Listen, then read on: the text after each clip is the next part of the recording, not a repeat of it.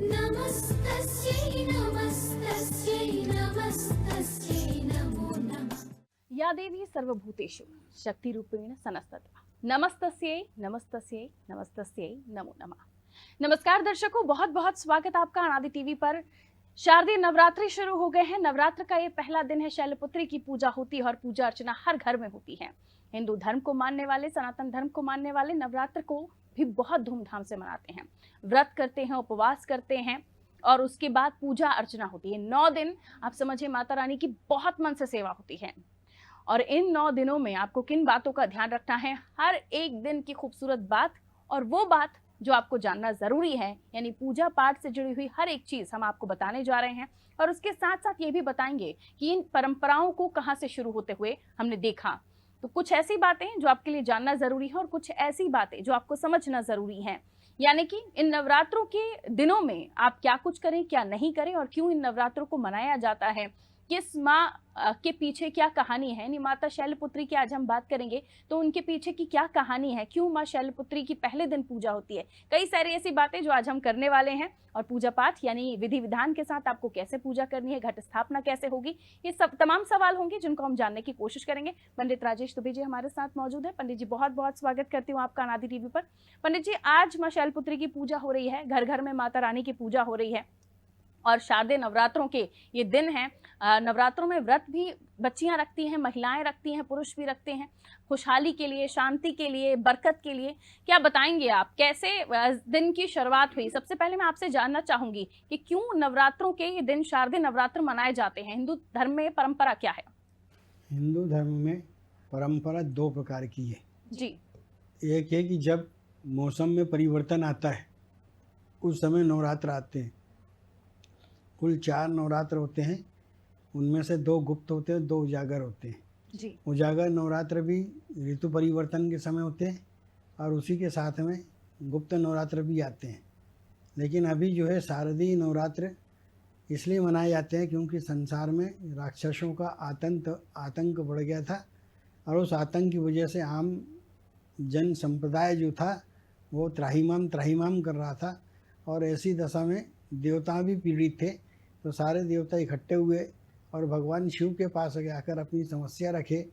तो उन्होंने कहा कि चिंता न करो, देव कार्यों को सिद्ध करने के लिए राजा हिमाचल के यहाँ भगवती जन्म लेगी और वो जो आप सबका उद्धार करेगी। इस आधार पर जो है देवराज हिमालय के घर में पुत्री कन्या का जन्म हुआ और वह देव कार्यों को निवृत्त करने के लिए या निष्पादित करने के लिए हुआ। बिल्कुल पंडित जी, माँ शैलपुत्री का आज पहला दिन है। माता के अलग अलग 9 स्वरूपों की पूजा की जाती है। बड़े मन से लोग व्रत रखते हैं, विधि विधान के साथ पूजा करते हैं। लेकिन चूंकि नवरात्र के पहले दिन तैयारियां बहुत पहले से भी होने लगती हैं, घर की साफ सफाई से लेकर लोग नवरात्रों में क्या कुछ उनका फलाहार होगा, सब चीजें वो पहले से भी बनाकर रखना शुरू कर देते हैं। मैं आपसे जानना चाहूंगी कि नवरात्र के जो पहले दिन की हम पूजा करें या घट स्थापना करें तो किस तरीके से पूजा होनी चाहिए, क्या विधि विधान होना चाहिए, सामग्री में हम क्या रखें, ये भी बताइए और साथ ही प्रसाद के बारे में भी बताइए। नवरात्रि में 9 दिन के पूजन किए जाते हैं। पहला नवरात्र का जो दिन है वह शैलपुत्री के नाम होता है। माता शैलपुत्री वृक्ष के ऊपर विराजमान है, जिसे सोमनंदी कहा जाता है। विराजमान होकर चलायमान है। उनके 2 हाथ हैं, 2 आँखें हैं और सिर पर चंद्रमा है।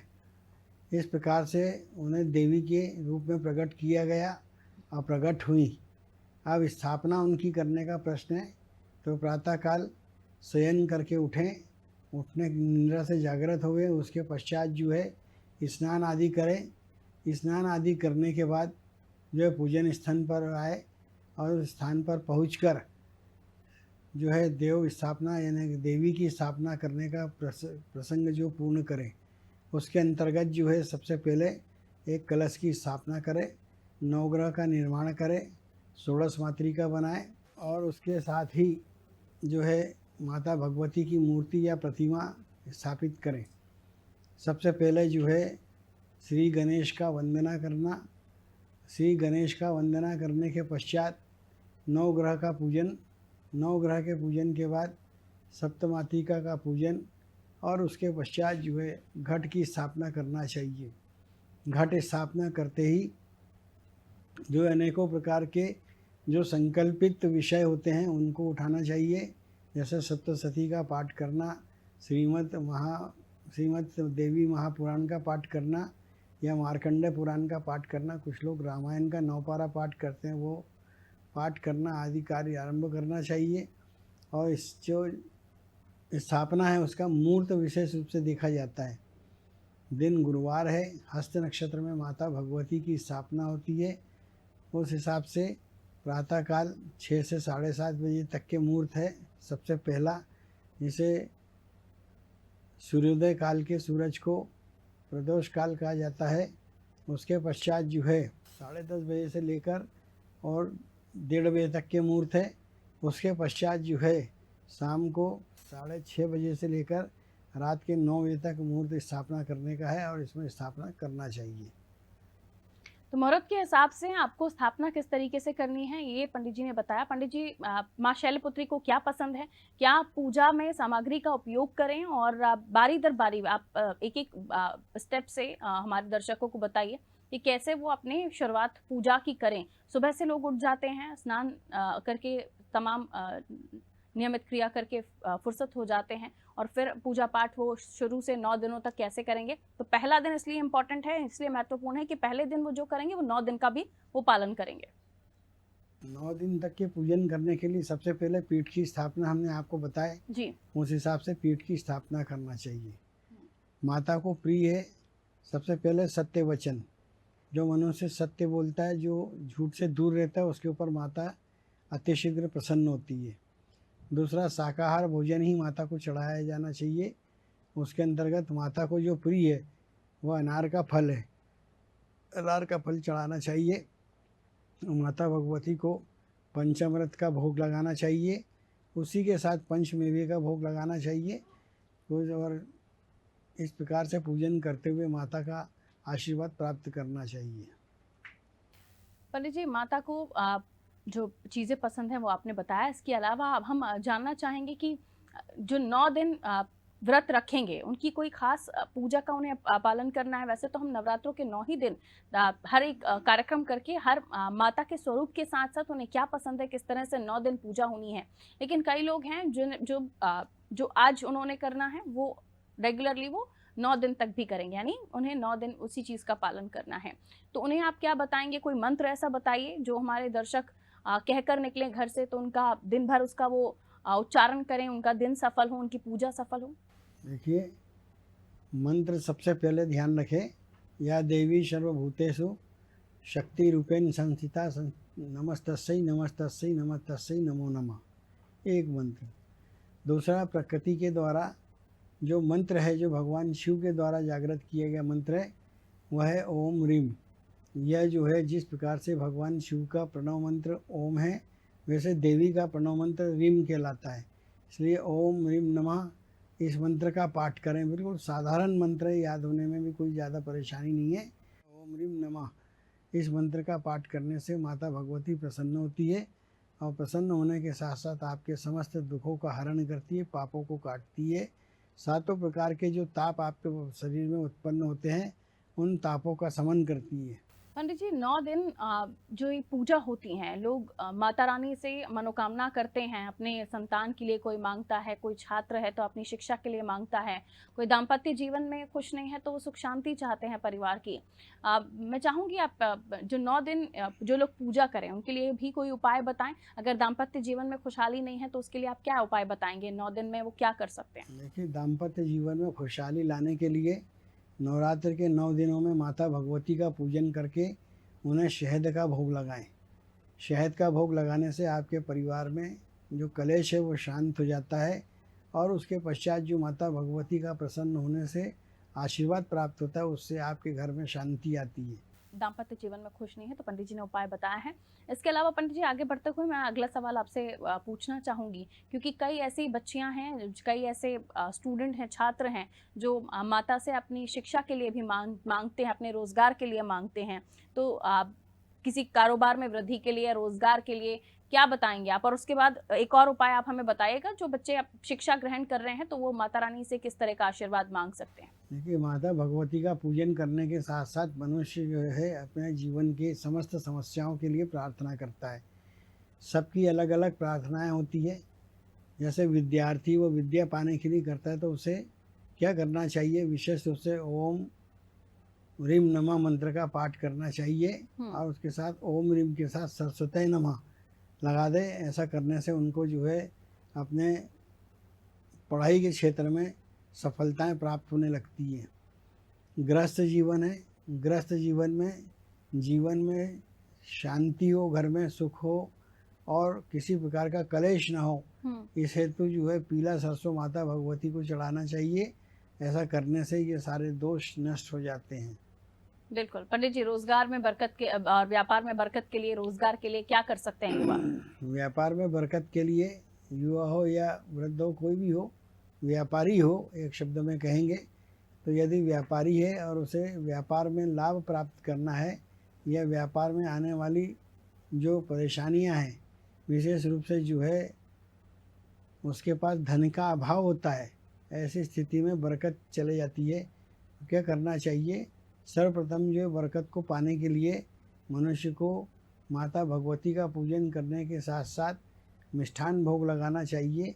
और एक बात, केवल प्रसाद ही नहीं चढ़ाना है, उसके साथ में सप्तशती का पाठ करना चाहिए या करवाना चाहिए।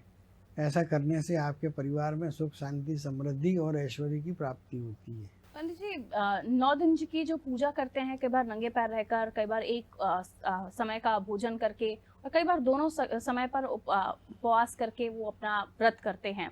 तो मैं आपसे ये जानना चाहूंगी, जो दोनों समय उपवास करते हैं, क्योंकि अब हम देखते हैं कि लोगों का काम काज है, लाइफस्टाइल बिजी है, तो लोग अपना फलहार भी बाहर से ही कर लेते हैं। तो क्या ये सही है? और कई बार प्रसादी भी हम देख रहे हैं, अब वो दौर आ गया है कि घर पर कुछ नहीं बनता, सब बाहर से ही लिया जाता है। नहीं, माता की पूजन करें तो उसमें घर का बना हुआ प्रसाद ही चढ़ाना चाहिए। अब यदि आप व्रत करते हैं और उसके साथ में नौकरी करते हैं, व्यापार करते हैं, यानी अपना जो रेगुलर शेड्यूल है उस पर भी चलना है, तो दशा को देखते हुए जो है फलाहार करना चाहिए। कुछ लोग एक आसना करते हैं, एक टाइम भोजन करके, तो भोजन का टाइम निश्चित होना चाहिए, उसी टाइम पे भोजन करें जो निश्चित हो, इसके अलावा ना करें।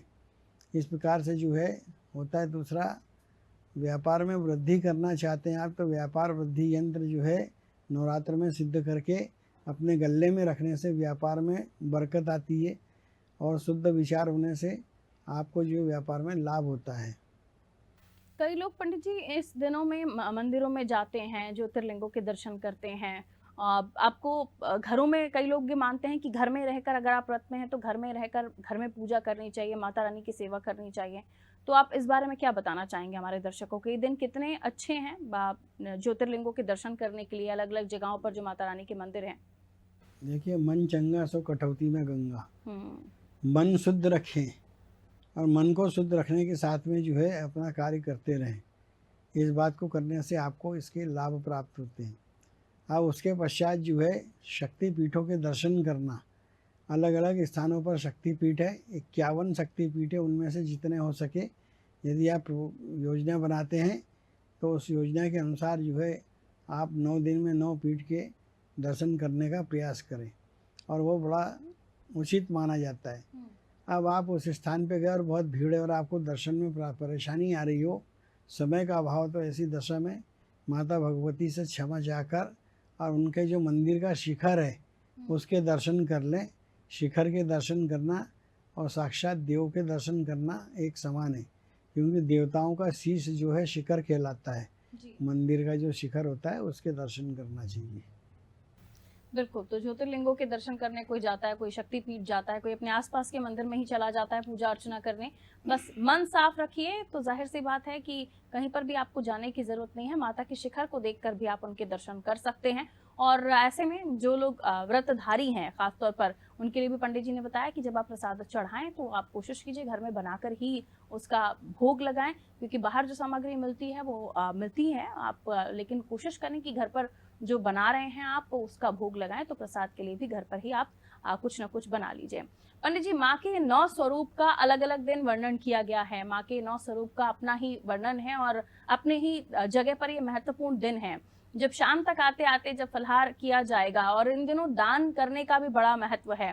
कहा जाता है कि आप जब अपना व्रत खोलें तो अगर आप कोशिश करें तो 9 दिन किसी कन्या को पहले खिलाकर फिर अपना व्रत खोलें। अलग अलग तरह के लोगों की अलग अलग परंपराएं हैं। आप इसको लेकर व्रत खोलने के समय पर क्या बताएंगे, कैसे व्रत खोला जाए? देखिए, 9 दिन के व्रत करने पर व्रत खोलने के हर परिवार के अपने अपने तरीके होते हैं। जी कुछ परिवारों की पारिवारिक परंपरा होती है कि वो अष्टमी का पूजन करके कलश को विसर्जन कर देते हैं। उसी प्रकार से कुछ लोग होते हैं जो पूरा दशहरे के दिन व्रत को तोड़ते हैं, और इस बीच में जो आपने व्रत करें, व्रत का पुण्य प्राप्त करने के लिए कन्याओं को देवतुल्य देवी तुल्य मानकर उनका जो है भोजन कराना चाहिए, भंडारा कराना चाहिए। ऐसा करने से आपके घर में धन धान्य की बरकत होती है और अनेकों प्रकार के लाभ प्राप्त होते हैं। कन्याओं का भोजन जब भी कराएं तो इस बात का ध्यान रखें 2 वर्ष से कम आयु की कन्या नहीं होना चाहिए, और उधर 9 वर्ष से अधिक की कन्या नहीं होना चाहिए। 2 से 9 के बीच जी। कन्या जो हैं वो होनी चाहिए, जिन्हें आप कन्या पूजन करा रहे हैं। और भंडारे में तो फिर सभी को जी। बुलावा होता ही है, आप फिर सभी को बुला सकते हैं, लेकिन घर में जो कन्या आप खिला रहे हैं उन्हें आप 2 वर्ष से 9 वर्ष की उम्र तक देखकर खिलाइए। और अगर कोई बड़ा आ भी जाता है पंडित जी, तो ऐसा कुछ नहीं है कि आप उन्हें नहीं, भोजन जाने के लिए कह दें, आप उन्हें खिलाइए। भोजन किसी को भी जी। करा सकते हैं। उसमें आप कन्या के अलावा बटुक को भी भोजन कराया जाता है। जी जी बटुक का भोजन भी होता है घर में। यदि कहा जाता है कि जिस घर में नवरात्र का कलश रख के पूजन की जाती है वो घर मंदिर बन जाता है। बिल्कुल। तो वहाँ जो भी व्यक्ति आता है उसको कुछ ना कुछ उसके भाग्य से प्राप्त होता है। जो भी अन्न प्रसादी हो वो उसे देना चाहिए, और उसके साथ में माता भगवती की जय बोलना चाहिए, और इससे आपके सारे काम बनते हैं। रोग आदि से जो है आपको मुक्ति प्राप्त होती है। बिल्कुल। तो माता के 9 रूपों की आप पूजा अर्चना करेंगे। पहले दिन शैलपुत्री की पूजा अर्चना आप करेंगे, आप व्रत रखेंगे। जो सावधानियां पंडित जी ने बताई हैं उनको बरतते हुए पूजा पाठ तमाम चीजों का ध्यान रखिए। आपका व्रत जरूर सफल होगा और माता रानी आपकी मनोकामना जरूर पूरी करेंगी। पंडित जी, नवरात्रों के दिन इतने पवित्र माने जाते हैं, इतने पावन माने जाते हैं कि कोई अगर कुछ खरीदना भी चाहता है तो इन दिनों को बहुत अच्छा मानता है। और कहा यह जाता है कि आप अष्टमी के दिन या नवमी के दिन कोई भी चीज अगर खरीदे तो बहुत अच्छा होता है। क्या ये सही है? और अगर ऐसा है तो नवरात्रों के दिनों में आप कभी भी कुछ भी ले सकते हैं, या क्या लेना अच्छा होता है? देखो, देव के शयन काल में नवरात्र आते हैं जी और ये शुभ काल होता है। इसमें कई लोग अपने बच्चों की शादी तय करते हैं। जी इसके अलावा सोना चांदी धातु खरीदना चाहिए, और भी जो आपकी आवश्यक सामग्री उसको खरीदना चाहिए। अधिकांशतः आप देखेंगे कि इन दिनों में लोग वाहन खरीदते हैं, और विशेष रूप से चौपहिया वाहन जो है खरीदने की कोशिश करते हैं। और यदि आप खरीदी करते हैं तो बहुत अच्छी बात है। यह शुभ कार्य शुभ काल में किया जा सकता है। पंडित जी, कुछ और ऐसे सवाल जो मुझे लगता है कि दर्शकों को जानना जरूरी है कि आज की जो जनरेशन है, आज का जो युवा पीढ़ी है, उसको हमारे धर्म में कई सारी ऐसी चीजें हैं जो वो पढ़ते हैं, कई सारे लोग पढ़ना पसंद नहीं करते हैं, जानकारी रखते हैं, कई सारे लोग जानना पसंद नहीं करते हैं।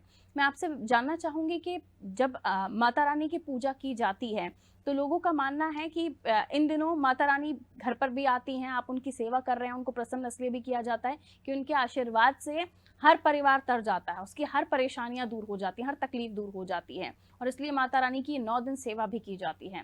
आप हमारे दर्शकों को क्या बताएंगे कि जिस तरीके से शुरुआत हुई है 9 दिनों की, नवरात्रों की, इसका अपना एक साइंटिफिक रीजन तो है ही, लेकिन उसके अलावा हमारे धर्म में इन्हें बहुत ज्यादा महत्वपूर्ण माना गया है। इन दिनों को, माता रानी की पूजा को, अलग अलग स्वरूप है माता रानी की जिनकी हम पूजा करते हैं। देखिए, ये जो नवरात्र होते हैं ये से दंत काल कहा जाता है। दंत काल का मतलब है दांतों का काल, जिसकी वजह से एक कहावत है ये दंत काल। दंत काल होने के कारण जो है इसमें अनेकों प्रकार के रोग भी आते हैं, रोग होते भी हैं, और इसी से बचने के लिए नवरात्र का व्रत किया जाता है। ताकि वैज्ञानिक कारण है, आप व्रत उपासना करते हैं तो आप अपना पेट खाली रखते हैं। यानी कुल मिलाकर कहा जाए तो इस काल में कम से कम सेवन आहार करना चाहिए, और ऐसा करने से जो आपकी परेशानियां हैं वो शारीरिक वो व्याधि जो है वो दूर होती है। बिल्कुल, ऐसी कई सारी बातें हैं जो हिंदू धर्म से ताल्लुक़ रखती हैं, और कहीं ना कहीं उसका वैज्ञानिक तौर पर देखें तो काफ़ी आप चीज़ों को समझ सकते हैं। हम नमस्ते करते हैं तो नमस्ते करने पर हमारे ये दोनों हाथ जुड़ते हैं। आप किसी को नाम लेकर नमस्ते करते हैं, उनसे नाम सुनते हैं तो वो चीज़ आपको बहुत लंबे समय तक याद रहती है। ऐसी कई छोटी छोटी बातें लेकिन महत्वपूर्ण बातें जो हमारे धर्म में हैं और बहुत कुछ हमें सिखाती हैं।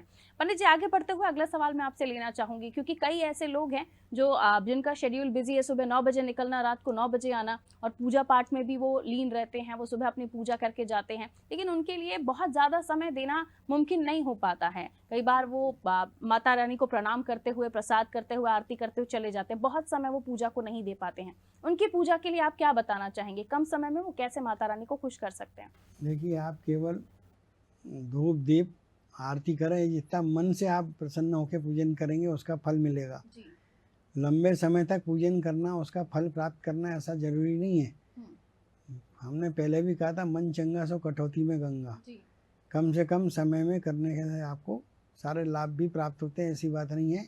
बस माता के दर्शन करने मात्र से समस्त पाप और अपराध नष्ट होते हैं, दर्शन मात्र से। तो दर्शन करने की स्थिति में रहें, किसी भी स्थान पर दर्शन कर लें। पूजा आप अपने हिसाब से घट स्थापना करें अथवा ना करें, ये आप पर निर्भर करता है। ऐसा अनिवार्य नहीं कि हर घर में घट बिठाया जाए। कुछ लोग घट बिठाते भी हैं, कुछ लोग नहीं भी बिठाते हैं, तो ऐसे चलता है। बस इसमें ध्यान रखें, यदि आप व्रत कर रहे हैं और आहार ले रहे हैं तो उसमें कोशिश ये करना चाहिए कि मांसाहार से दूर रहना चाहिए, तामसिक प्रवृत्ति से दूर रहना चाहिए। और इस प्रकार से तमोगुण से जब आप दूर हो जाते हैं तो कोई भी देवता है वो आप पर प्रसन्न होते हैं और प्रसन्न होकर आपको आशीर्वाद देते हैं। बिल्कुल। तो पंडित जी, विस्तार से आपने हर एक सवाल का भी जवाब दिया और सारी जानकारियां हमारे दर्शकों को दी। और तमाम जो दर्शक खासतौर पर नवरात्र के दिनों में व्रत रखेंगे, माता रानी की पूजा अर्चना करेंगे, वैसे तो हर घर जहां पर सनातन धर्म को मानने वाले लोग हैं वो नवरात्र को बहुत अच्छे से मनाते हैं।